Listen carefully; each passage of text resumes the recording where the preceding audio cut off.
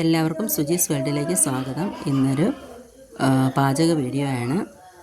ഇന്ന് കുറച്ച് ചേമ്പ് കിട്ടിയിട്ടുണ്ട്. അപ്പോൾ ഞാൻ നന്നായിട്ട് ചുരണ്ടിയെടുത്ത് കഴുകി വൃത്തിയാക്കി ഉപ്പിട്ട് പുഴുങ്ങിയെടുത്തതാണിത്. അതിന് നമുക്കൊരു മുളക് ചമ്മന്തിയും കൂടി തയ്യാറാക്കാം. കുറച്ച് നല്ല വെള്ളക്കാന്താരി അത് പഴുത്തതുകൂടി ഉണ്ട്. അത് മിക്സിയുടെ ജാറിലേക്ക് ഇട്ടാൽ കുറച്ച് സവോളയാണ്. ഉള്ളി ഇന്ന് എൻ്റെ കയ്യിൽ ഉണ്ടായിരുന്നില്ല. അപ്പം മുളക്, സവോള ചെറുതായിട്ട് അരിഞ്ഞത്, ഉപ്പ് എന്നിവ ചേർത്ത് മിക്സിയുടെ ജാറിലൊന്ന് കറക്കിയെടുത്തു. നല്ല ടേസ്റ്റുള്ള മുളക് ചമ്മന്തി റെഡിയായിട്ടുണ്ട്. അതിലേക്ക് കുറച്ച് വെളിച്ചെണ്ണ കൂടി ഒഴിക്കണം. അതിൻ്റെ എരിവൊന്ന് മയപ്പെടുത്താനായിട്ട് നല്ലതാണ്.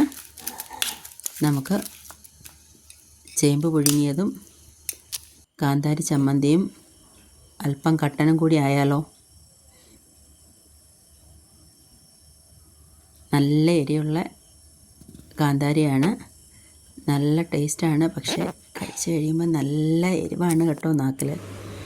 അതാ നോക്ക്, ഇങ്ങനെ അല്പം എടുത്തങ്ങ് കഴിച്ചാലോ.